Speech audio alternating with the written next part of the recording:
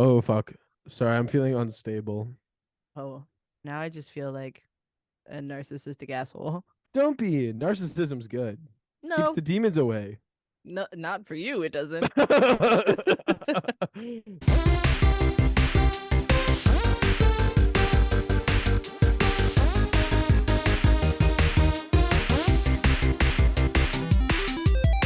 Rated E for everything.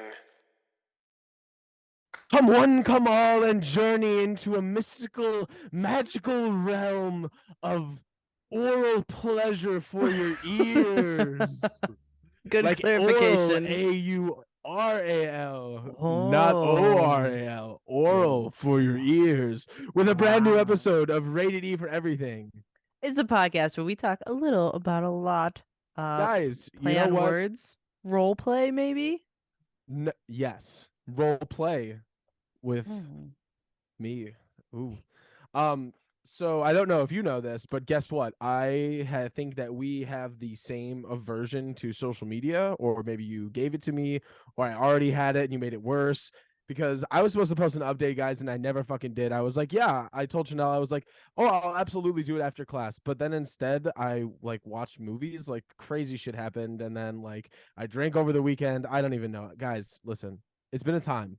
I Regardless, I was like, he probably posted it, and I just missed it. And then I thought about it, and I was like, I would have got all of the no, you notifications. definitely would have it. Yeah. So no, definitely didn't post. So we are going just talk about it here because this is, where we actually discuss things and where you come to listen to us, not Facebook or Instagram or Snapchat.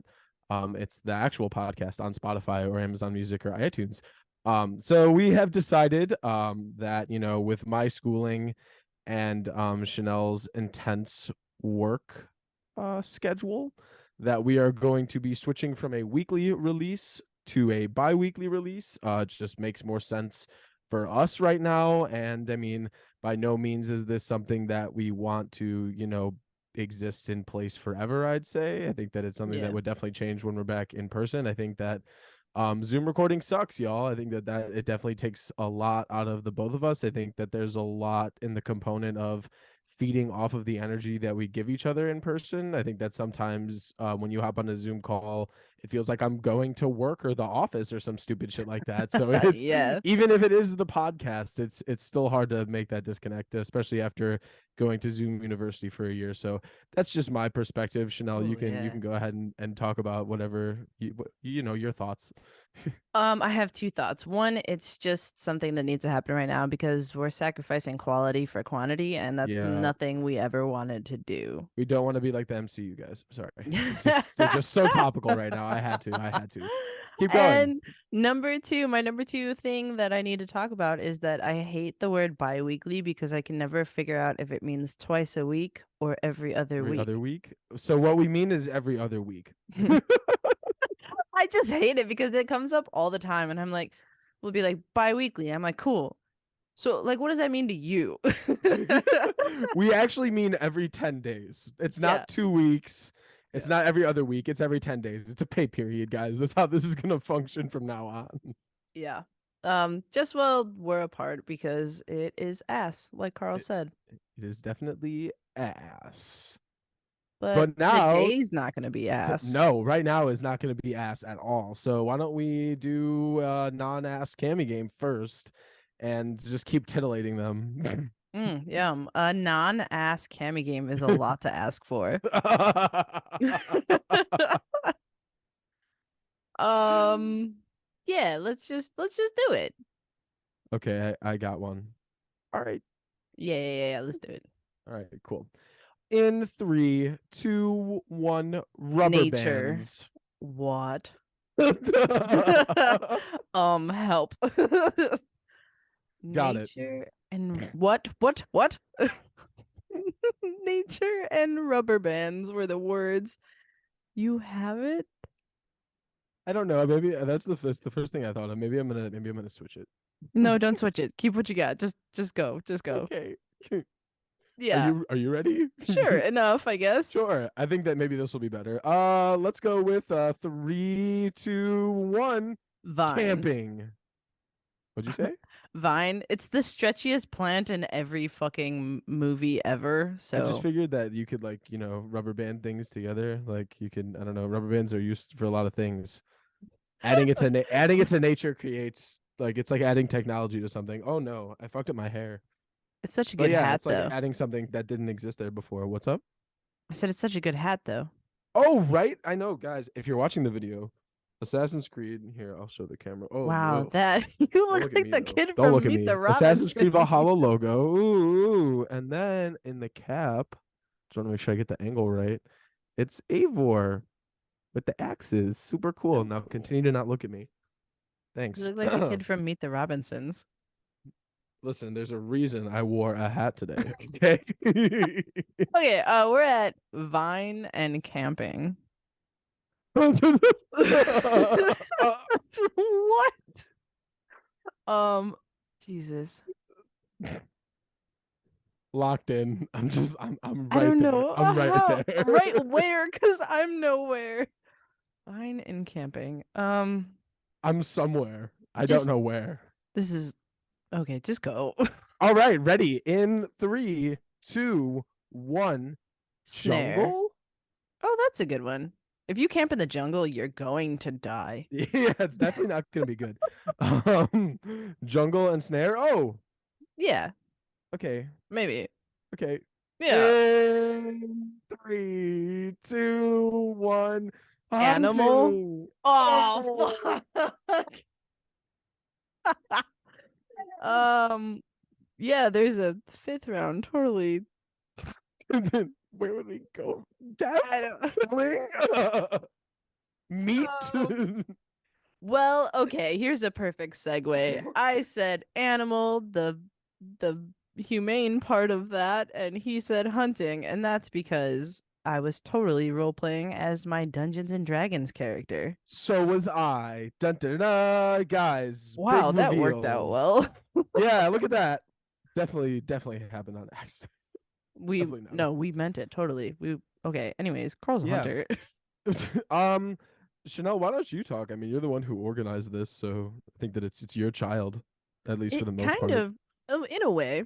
Um, so do you guys ever do that thing where you invite everyone to something and you expect at least 70% of them to say no, and then for some reason every single one of them says yes and you're not quite sure what to do? Mm. Yeah, that's how my the birthing of our very first Dungeons and Dragons campaign went. I was like, wow, everyone I ask is gonna think I'm like a fucking idiot or super lame. And I asked about at least 12 people, and every single one of them said yes. Yep. Everybody was like, I'm in for sure. Yeah. And so I have unofficially made the largest campaign, not campaign, largest party on accident, and it has been amazing. Yes, it has been amazing. I have had so much fucking fun just in the four. Has it been 4, 5? 4, 5? Yeah, four? Four? Four. Four. In 4 total sessions that we've had, I've been to 3 of them, and it's been amazing. I've had so much fun. I just like, I mean, everyone involved is so enjoyable to have there. You know what I mean? Yeah, it's been super good. It is a little bit chaotic because your typical Dungeons and Dragons party is like 4 players. Yeah. So, or 4 characters, I guess. So we have triple that, and honestly, with that amount of chaos, it's been surprisingly great. Yeah, it has been. I mean, there's definitely been some moments where like or maybe in like the beginning of each session it takes like a while to like maybe get things going, get the ball rolling, get everybody, kind of laser focused in cuz I mean, it's a group of 12 people or more sometimes. I mean, yeah, so sometimes it is hard to get focused, but like I mean, really at the end of the day, we play for like I don't know, 8 hours. So if we lose Maybe like 12 hours. yeah, so if we lose like, the first hour to 45 minutes of that, it's not too terrible. Yeah, so we've played, like we said, 3 or 4. I think 3 actual Actual sessions, sessions, and yeah. one was like a character building session. Yeah. We do it once a month, and I guess what I wanted to do is have a D&D podcast, but Okay. with 12 people. Listen, we can't have podcast episodes where 5 people are talking, much less 12 Oh to my. 13. It would be fucking awful. So I can't do Yeah, that. But I guess I have this beautiful platform of Rated E where once in a while we can just share updates of our story. definitely. And I mean, I think that maybe first we should lay out who everybody is, at least for like the most part. Do you want to go ahead and describe your character, Chanel? Yeah. My character who I am in love with, which is pretty narcissistic of me. She's fantastic though. She carries a little bit. Thank you. Um yeah, I am an astral elf hybrid with a shifter, and I'm a druid. I play as a druid. And what level are we? What level did we 7. finish off? Okay, We're so we're at 7. we're at I level have the D and 7. D Beyond War of 4. That's the campaign name, is the War of 4, and I have all the characters pulled up if you wanted me to list them for you. I think hold on. I want to look at my own for a second. Oh, you want to check the name? Yeah, Guys, Chanel is so ridiculous. Never forget that. yeah, that'll continue for the rest of forever. We know this. So I'm an astral elf, an astral shifter elf, which means I'm a blue space lady, and I'm a druid, which means I'm basically poison ivy. Um, in layman's terms, my name doesn't even fit on the screen. Yeah, no, it's quite long. Okay, so my character's name is Aurora Aquila Andromeda Elsafina Aza Timber, which Yeah. elves have ridiculously long names, and I thought that was hilarious. So I was just like, "We're going for it, baby." And then my dad is a shifter druid, and his last name's Timber, so that's where I got that from. The rest are elven space names, and it's my first time in the actual like mortal realm because I come from the astral plane. So being in like the humans plane, I just assume that they're all really kind of simple. So I was like nature blue elf. The humans can call me Rain because it's easy and they don't understand things. I mean, that it's not inaccurate. You know what I mean? Like, it's not an inaccurate description of you. So my backstory for my character, just super fast, is that I'm from the astral plane. My mom is like an ever living infinite creature that mated with some random human druid. Um and then left him. And then I grew up in the astral plane and I was connected to the thoughts of everything and everyone. And then found out that astral elves were trying to take over all of the regular planes and the mortal worlds. So I was like, that's not cool. He's going to take over like all the animals and stuff. And I'm attached to that because of my dad. And so I went to I guess, medieval realm and was like, hey, I'm going to take care of you guys so that your planet doesn't get chosen to be anonymously destroyed next. And I ended up with our party. Rain preventing incursions since day 1. I do what I can. Yeah, I mean, like, I mean, you're basically a demigod, so that's fucking crazy and awesome. Like, how could you not like that? Literally, like, I don't even know. Rain's always coming in clutch, especially during combat scenarios. Those spells go crazy, Thank literally you. so Thank you. overpowered. I play as Entu, a moon elf who is also blue. Chanel and I have a little moniker that we've coined from the first time we had an actual session, which is just saying "elves, Elves, bitch," bitch. which is, as about as creative as they come, I'd say. Yeah, that's a Um, one in a million yeah, tagline. definitely.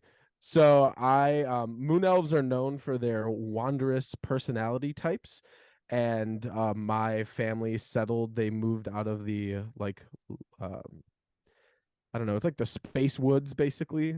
I don't remember the actual. Space I Woods. don't remember the actual name of the realm, but it's essentially like the Space Woods where all the Moon Elves live.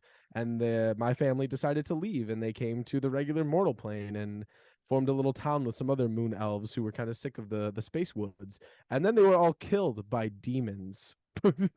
Ooh, that's rough, And buddy. yeah, that is rough, buddy. So Entu decides to take it upon himself to rid the world of demons and avenge his family.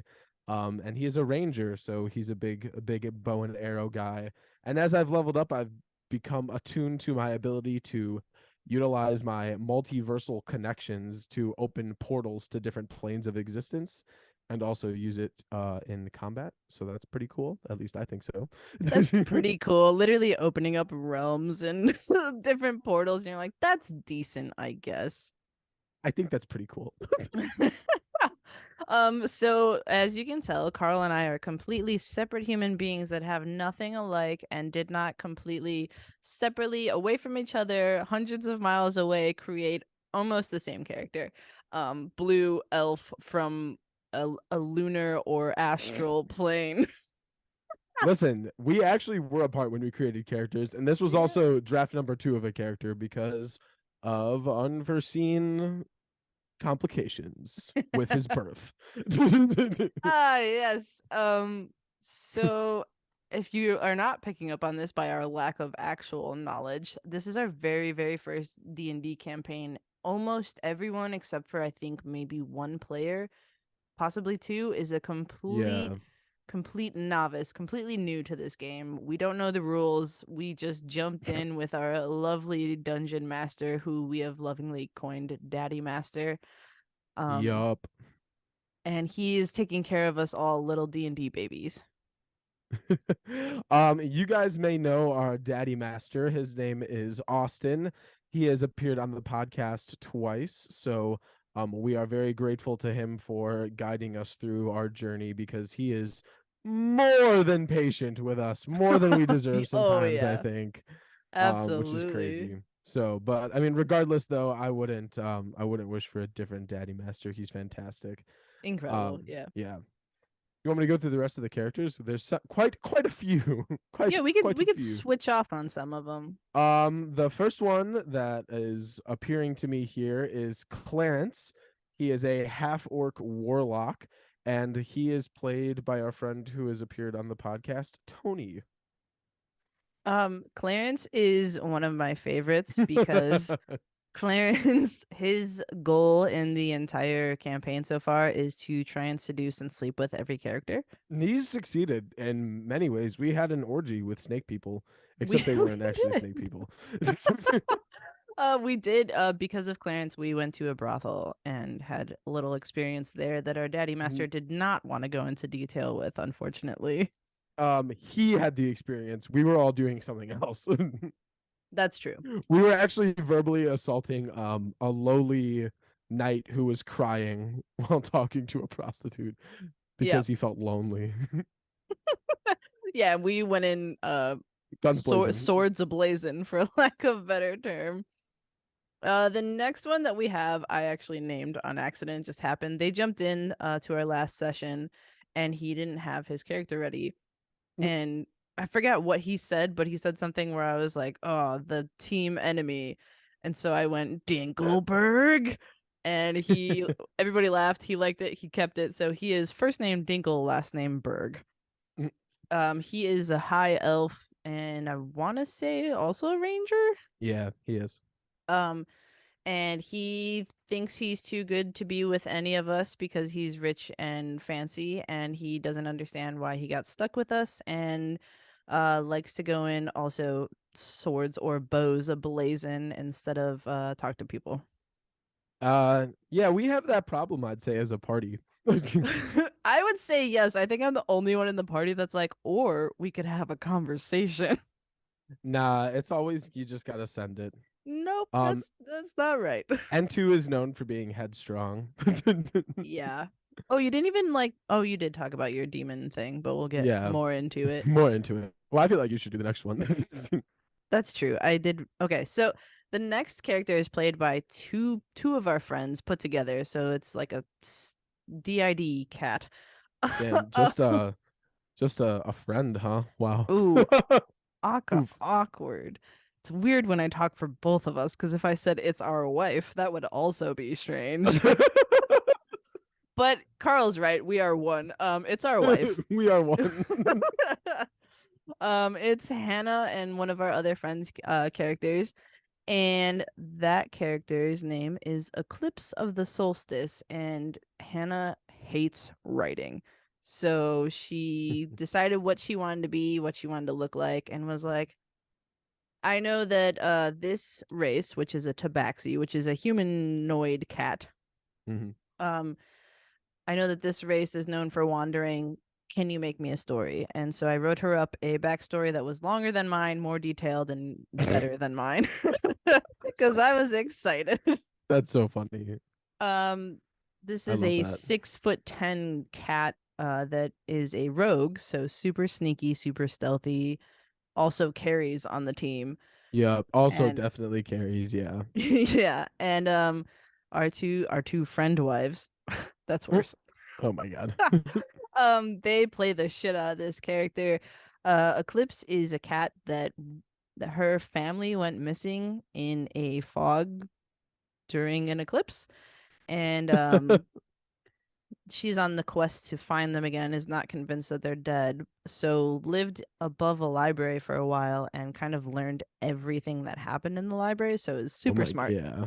The next character that we have is Sumo. He is a dwarf barbarian, and he is definitely becoming one of my favorite players to play with. He's so much fun. He's very creative in what he wants to do, especially during combat.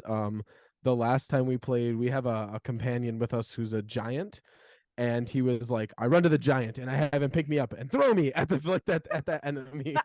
And he did it like 2 or 3 times, I'd say. He got launched because he's like a fucking 2 foot. What is he, a A gnome? dwarf. He's a dwarf. A dwarf, right? Yeah.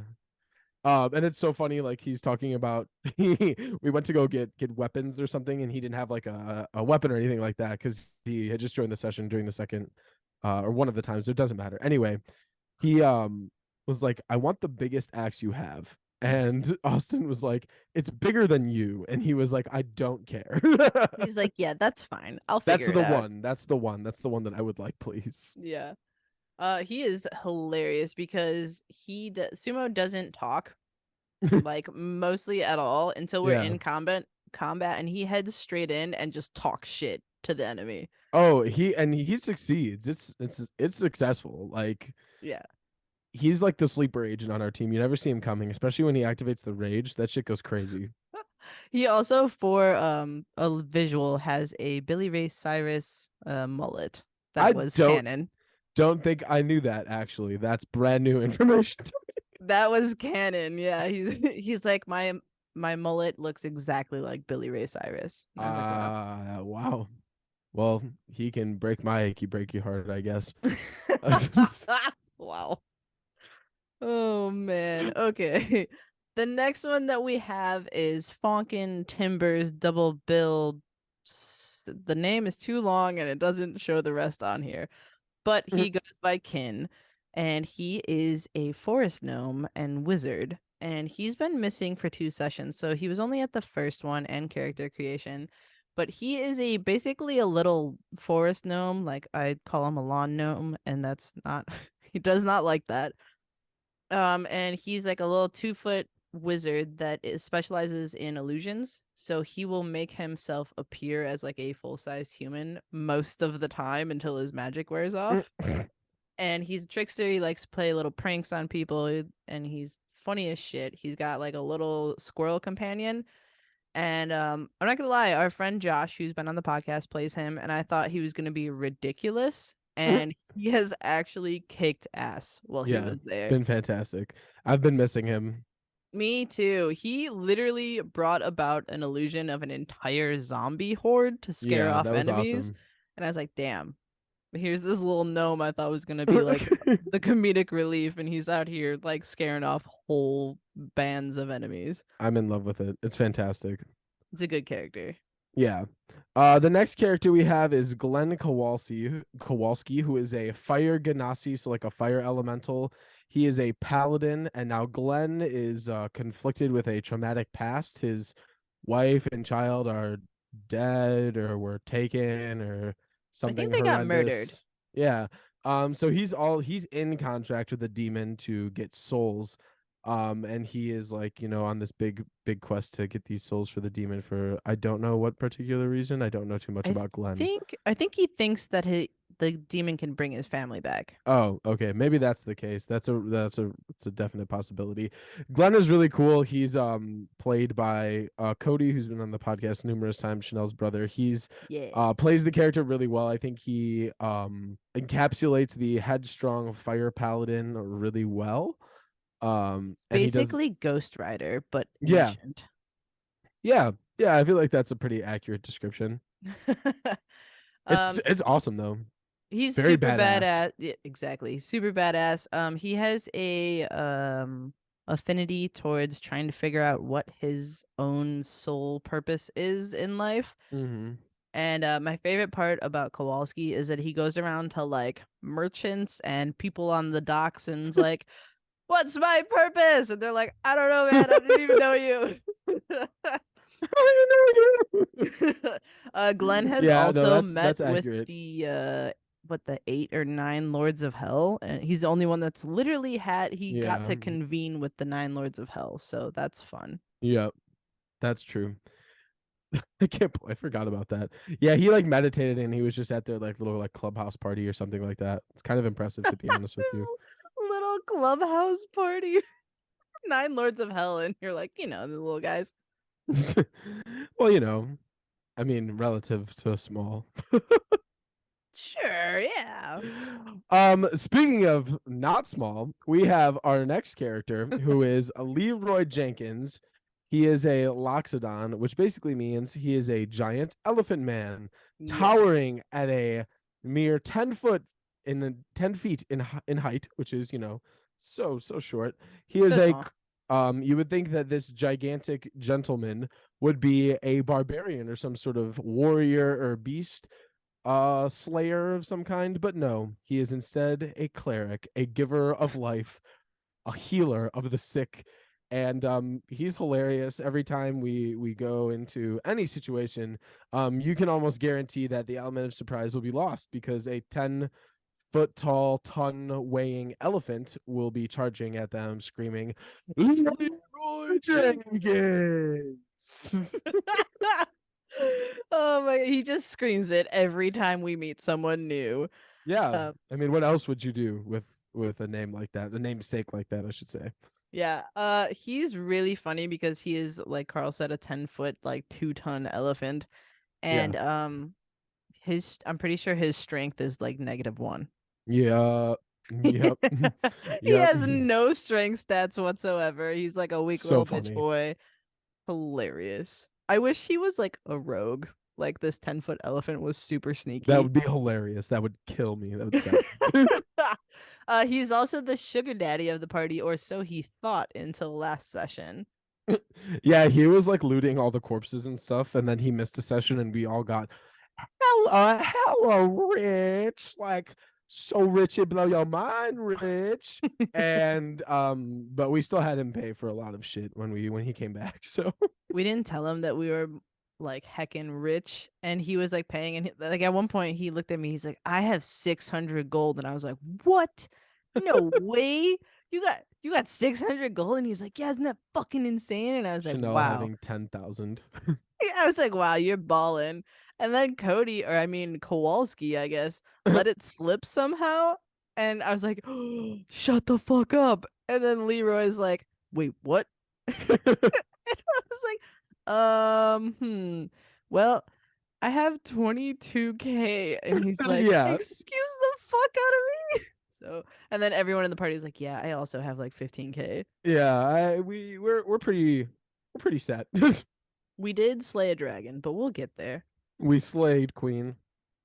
Oh, the next character we have is Tazi Ra, who is a half orc and a fighter. This character is one of my favorites because it's played by one of our daintiest friends. And this character is massive and just ready to fucking murk some Go. people all Absolutely. the time. We just found her character in a prison cell last session along with Dinkle. Dinkelberg. And we freed them from a prison, and I accidentally squished her in a prison cell because I turned into a bear. Classic And mistake. yeah, it happens. And that's how we met her character, and I'm excited to see where that goes. Yeah. So those are all of our characters, and it has been crazy. As you can see, we don't have almost any repeats, which is really nice.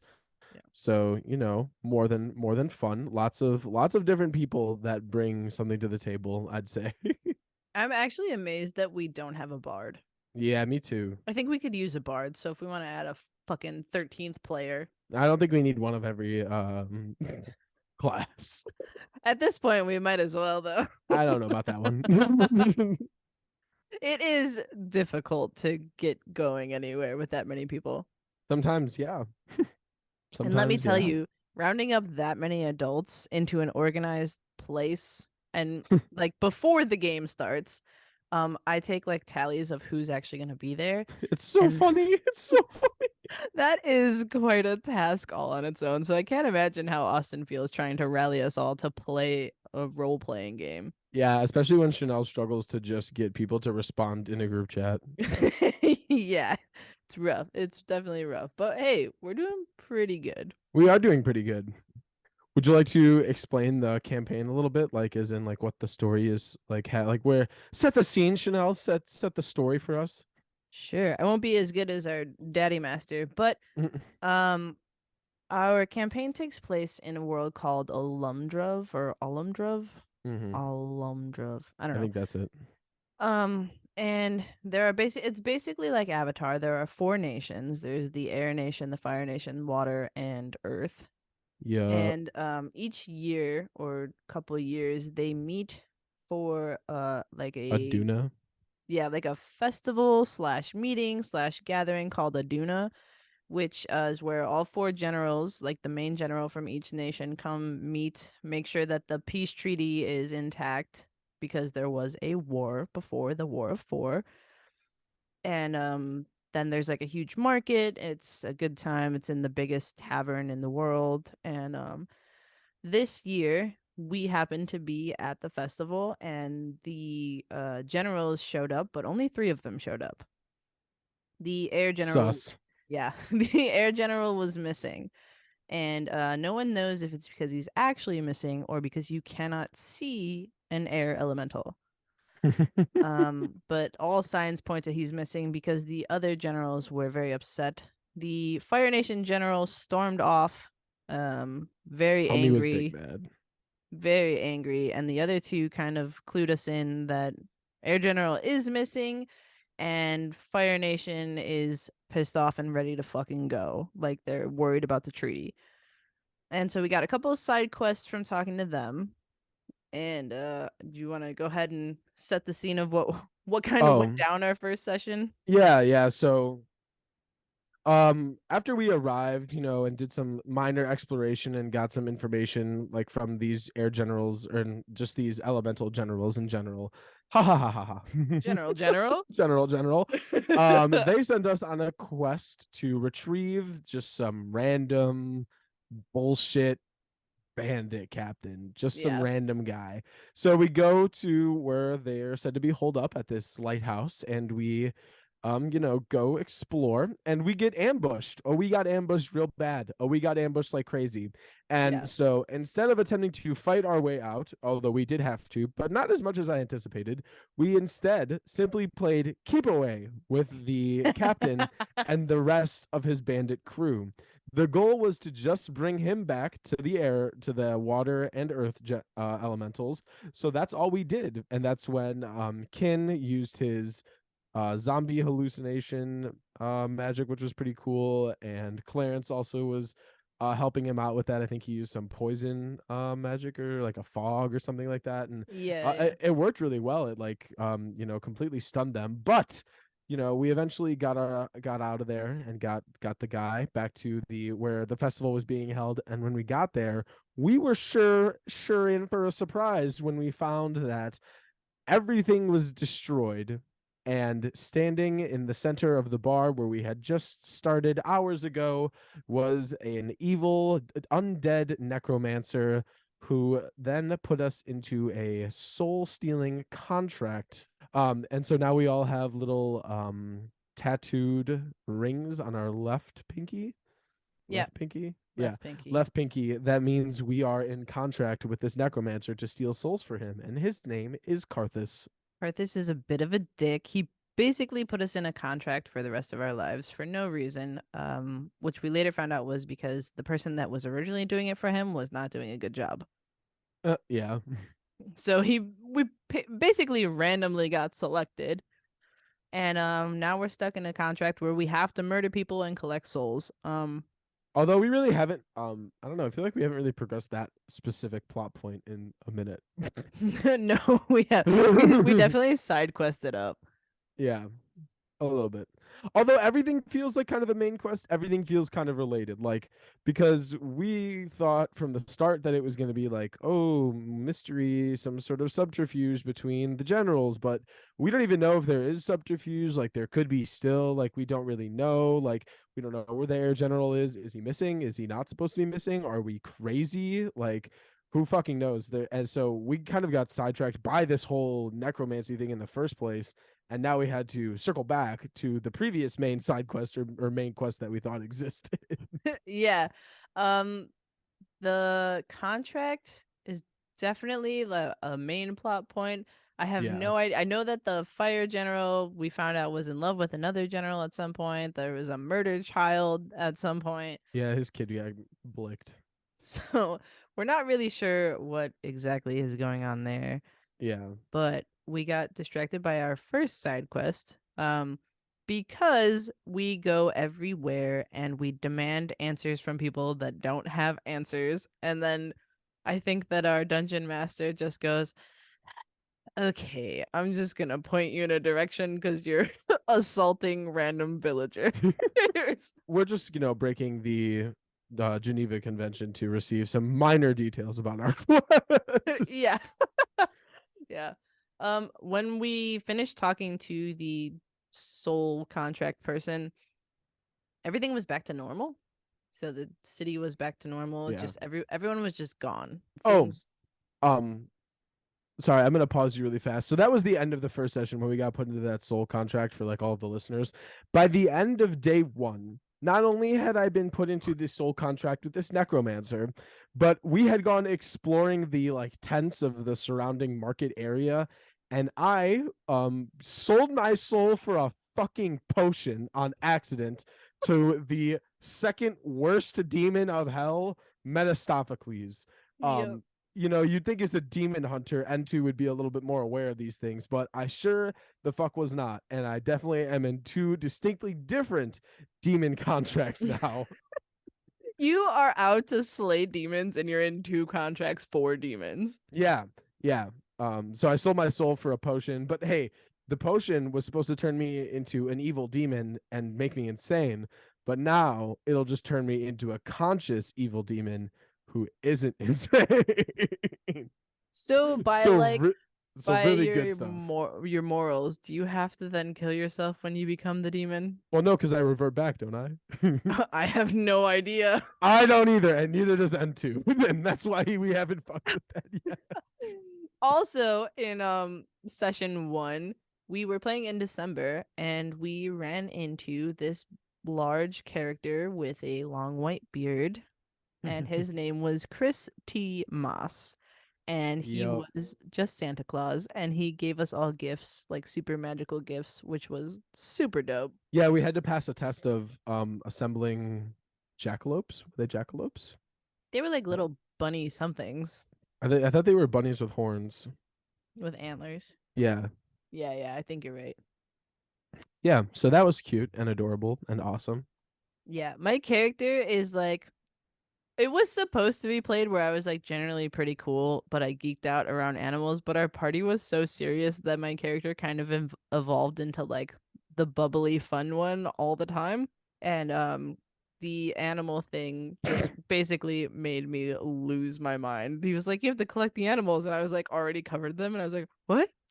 Yeah, Chanel's animal thing is hilarious. Sometimes I kind of like get the line blurred between who is Rain and who is Chanel, or vice versa, because like sometimes I just think she's acting like herself, and I'm like, oh, what's going on now?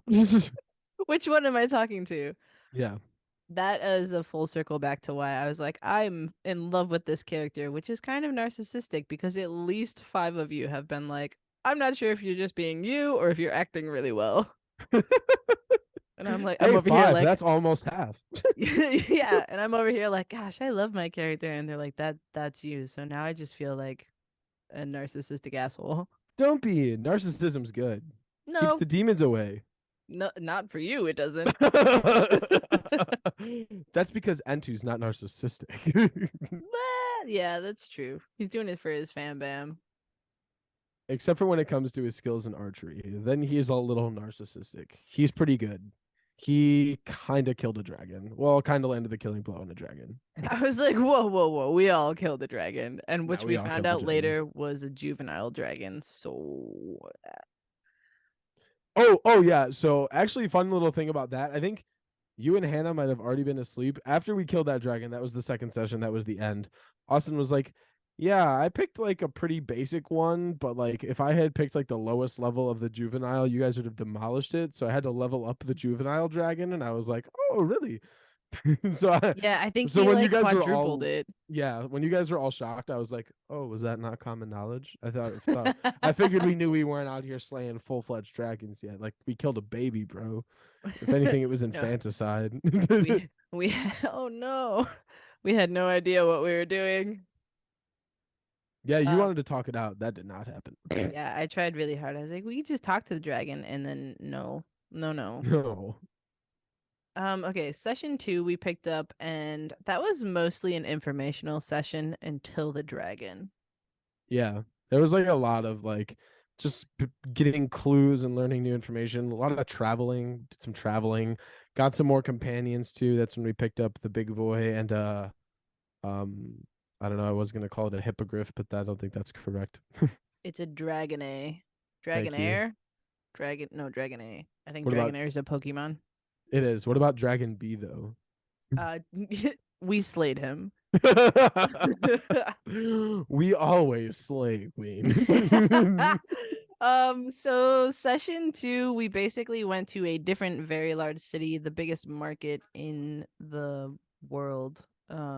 Market city, I guess. Yeah. And that's when we went to the brothel. And there we found the knight that was crying. The knight led us to the head guard, which then led us to the king. Yeah, we really worked our way up that totem pole, didn't we? We sure did. We sure did. And the king, he basically is also in a contract with this demon guy who turned out to be his brother.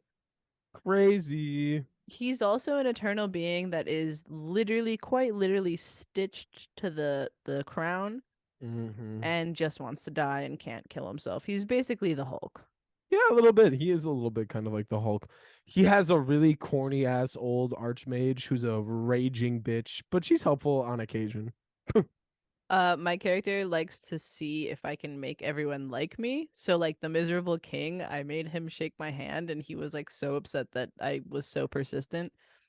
And the archmage who cut off Carl's finger, I'm pretty sure. Yeah, because N2 flipped her off. He wasn't having any of her bullshit. She was being very like aggressive and like passive aggressive.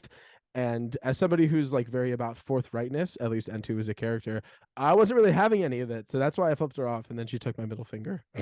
That was amazing. I think that Clarence tried to hit on her and got turned into like a rat. Yeah. So, and I just tried to shake her hand and she said no like 8 times. And then I did something helpful for her. And then she sent a magic mage hand to shake my hand. And that felt like a big deal. So, was very happy there. Classic Rain. And then the miserable king sent us on a quest to kill a dragon, a white dragon. Yeah, we killed his ass for sure. He died. He was an ice dragon. Yeah. Along the way I got an emerald arrow, which was cool. We infused an arrow of mine with an emerald ingot. And so every time I, like do like a hand motion, it returns to me, and I have to try to get it in between someone's butt cheeks. That's the next session goal. Yes. We wanted to come back between cheeks and someone to have to clench to catch it. Yeah. And then we all got a piece of the all black necro sword, essentially. Yeah, essentially. I think only Cody and Carl have actually used it though. No, I haven't even used it. It's Cody and Glenn and Clarence. Clarence has Oh, it on one of his war axes. okay. You were going to dip an arrow Yeah, in it and you didn't. yeah. I'm a little too afraid. Yeah, yeah. So that session ended once we slayed the dragon and looted it. Yeah. And then our most recent session, because everyone was there, all of our characters were there, it was more combat heavy Yep. because because it's too hard to wrangle us into storytelling when we're not just fighting with that many people. Yeah, that's true. But we did do some puzzles, which was very exciting for That me. was a lot of fun. Yeah, puzzles are always a good time. That makes me so happy. Puzzles, riddles, I'm super into it, so that was very exciting. And then we returned the part of the dragon that we're supposed to bring to the king. Found out it was for a potion. And then he sent us to get a feather from a chimera. That's when we had the puzzles. Yep. That's where we found puzzles. Some Indiana Jones shit happened too with like the weight plates and like little Oh booby yeah, that's traps. right. Like 4 people almost died in the booby traps. And Yeah, we then definitely got boobied. yeah, we got boobied so hard. We were deboobated. Oh, anyways. And then we went to bring that feather back. Basically, the whole session, we got another quest, went and did the quest and went to bring it back, and then fought, and the session was Yeah. over. Yeah, that's true. Oh my god. Right? What the fuck? So we played for like 12 hours, and essentially that's what happened. Obviously, there's a ton of detail in between, but we went to bring the feather back, and once again, this giant city was all dark, and there was murdered people everywhere, and piles of bodies and puddles of blood, and there was a dwarf. An undead dwarf using ice magic. Yeah, an undead dwarf that was standing on like the Oh, middle of like a a shadow fountain. dwarf. Oh yeah, like yeah, shadow dwarf. And we had to fight him, and he is by far, well, him and his little companion are by far the hardest thing we've done so far. By little No. by little companion, I mean a giant hydra. Hydra Hey, dragon. it was a high dragon, okay? Yeah, it was a hydra dragon. Or a Draco Hydra. Draco Yeah, Hydra? High dragon? Draco Hydreigon? Hydra sounds more Draco. right. Draco Hydra does sound right. High dragon is close to a Pokemon name. Really close to a Or he's Pokemon just like name. really high. No. Oh, maybe. Maybe he's just a high dragon. Yeah, he's just He's just like got dank ass dragon. facts. Dank dragon. That That's probably took that's us Snoop about Dogg's next name. Dink Dragon instead of Snoop Lion. He's Snoop Dragon. Yeah. That took us probably about 3 hours to fight the dragon, and Wasn't that the long? it was pretty long. It was, you were all right. That was a while. And we fought. So two of the people in our party had to leave. So we were doing the fight both in person and virtually. So while we're fighting, I'm also transcribing what's happening. That's right. And people were rolling on the computer, and it was intense and wild and fun, and also like, how the fuck is this happening right now? Yeah, definitely all of those things I'd say are accurate. Yeah. But that was a super fun fight. I got in some pretty crazy moves. hmm Eclipse, our rogue cat, did some pretty badass stealth moves like sliding under the dragon. That's when Sumo got yeeted at the dragon. Carl was sniping from the rooftops, was amazing. Oh yeah, you already know me. I stay away. Gotta keep the sniper scope on me. I forget. Oh, what's his name? Kowalski was doing a lot of moon magic. Yeah, he was. Forget. I cast Moonbeam. Dinkelberg was also shooting from afar, but not rolling so hot, so that wasn't too good. Yeah, I didn't really miss. He said, "I'm not narcissistic unless it comes to my shots." This is my you guys watching this? This is my rolling hand. Oh no. Ooh. Let's not do that motion on camera. What do you mean? I'm rolling the dice. Sure you are. I'm sure you are. Oh So my we God. left off that session pretty much just looting that and the dead bodies, and then all the dead bodies disappeared, and the city went back to normal, back to the festival that was going on. Yeah, there's like definitely a lot of crazy shit happening. Sometimes I wonder if like we're in hell or something like that. Yeah, we're getting like transported to the fucking Yu-Gi-Oh Shadow Realm. Shadow Realm, yeah, no, literally. So our like we have like several main goals like right now. Like we're trying to find the air general. We're trying to get out of this soul contract with Karthus. Like we're thinking that maybe helping the king is gonna help us get out of the soul contract with Karthus. But Karthus like can't really die because he's got a Horcrux, so that's crazy too. But it's not called a Horcrux in D&D. But I can't remember the name because it's very Yeah, it's a strange. weird one. I don't remember it Yeah. either.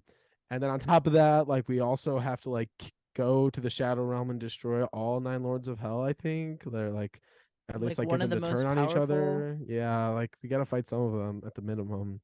I And almost like forgot to bring up one of the most important things that happened during that session, and that is that Zur, a recurring NPC, yeah, brought us one of the most intense things in D&D. If you play, you know.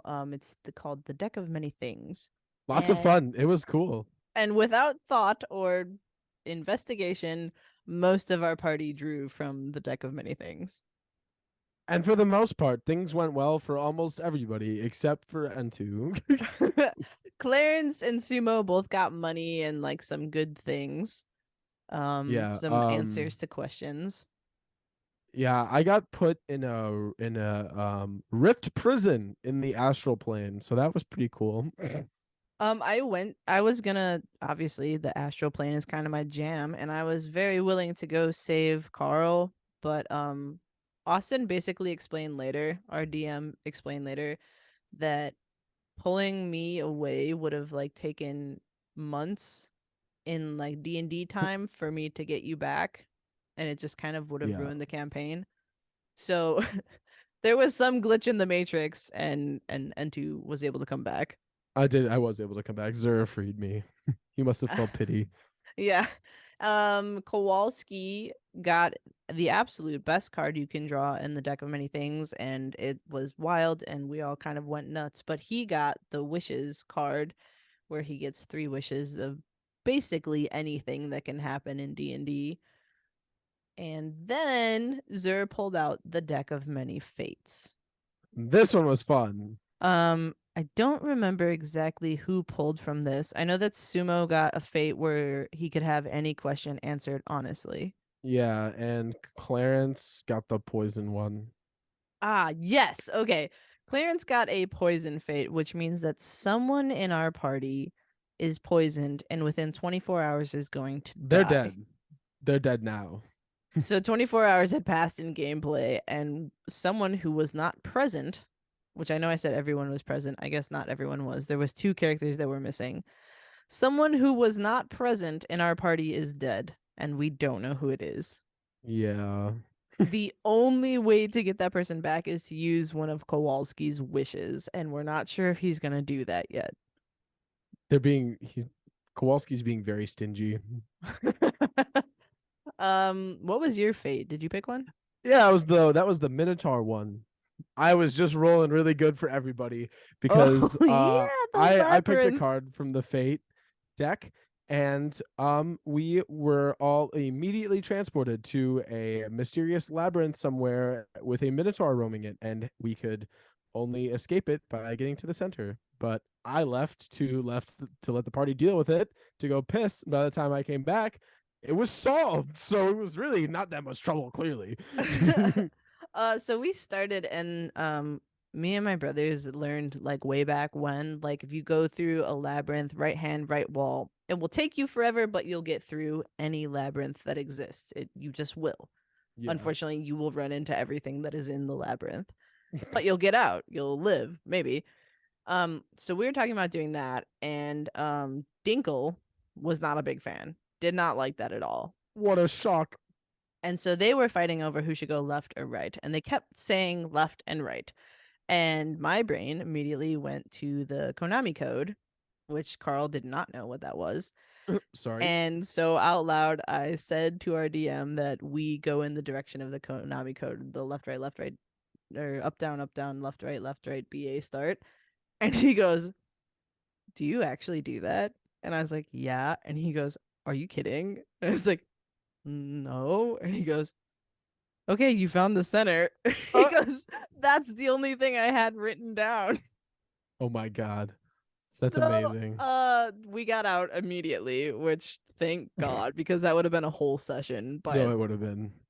And then I drew a card, the Scorpion Fate, which meant that I could immediately kill anyone Hmm. with lots of debate of who I was going to kill.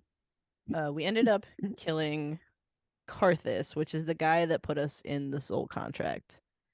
And I asked our DM, I said, "Is this gonna ruin the campaign before I like do this? Is this gonna fuck things up?" And he said no. And I said, "Okay, I kill Karthus." And he just said, "Okay." And then we moved on to the rest of our side quests. So we have no idea if that worked or what happened there. Well, the rings are still on our fingers, but I mean, we don't really know. We haven't seen him, but Right. then again, why would we still have the rings then? Yeah, I have no idea. I don't know what it means or if I wasted it because he's a shadow creature. I have no idea.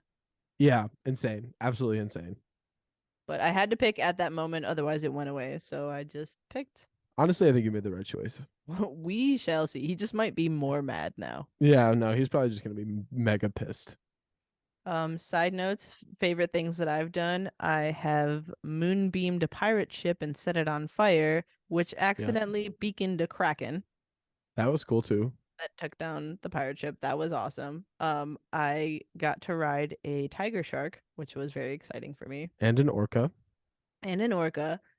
And what else? Oh, well, our party, there's a cat, an elephant, and an NPC that joined our party for a while as a guest character that was a bull. So I have been having the most fun acting out, like geeking out over the animals in our party. Like anytime the cat rogue does something cool, I just like lose my shit.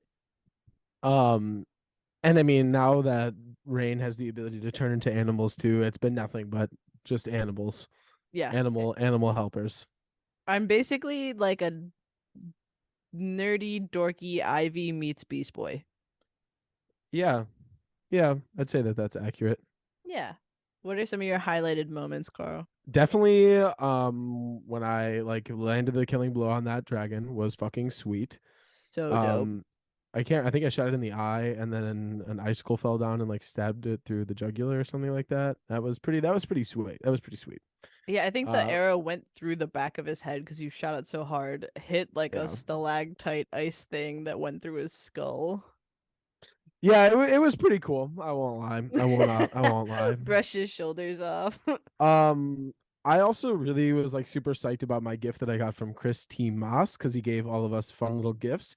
And mine is it's basically like an amulet that allows you to hear other people's thoughts. It's telepathy. I think it's like 100 meters too, which is not a small range. So I'd be hearing y'all like I That has hear helped us things. so much too. Yeah, yeah. So That's cool. I love having it. I can't remember, what did you get? What was your gift? So, fun fact, I have not yet used my gift or used any weapons that I have. Yeah, I know you haven't used weapons, but what is your gift? I have a healing amulet. Oh, cool. Yeah. Bro, where was that during the fucking last session with the giant five-headed dragon? We were doing fine. It was Bro, fine. we were all very well, not me, because I was in the back, so I was vibing. But a lot of us were very close to dying. It was touch and go for a lot of them there. The truth is, I forgot. Okay. I mean, I just wanted you to say that. And that's what I was Yeah, hoping. yeah, no. I knew I had it the second session, but we didn't Yeah. need it. And then No. the last session, I totally forgot about it. And then literally, I think on the way home or the next day, I turned to Hannah. I was like, "Oh my god, I have healing powers."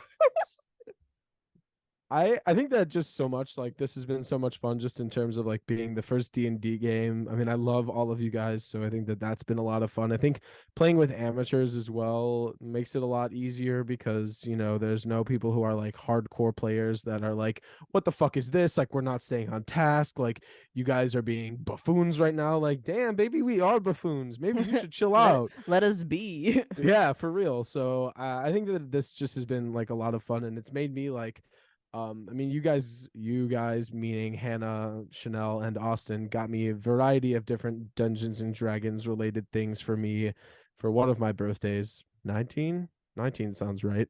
Sure.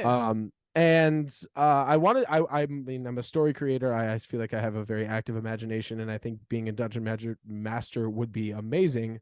But I would definitely like to. I wanted to see someone do it first because I wanted to understand.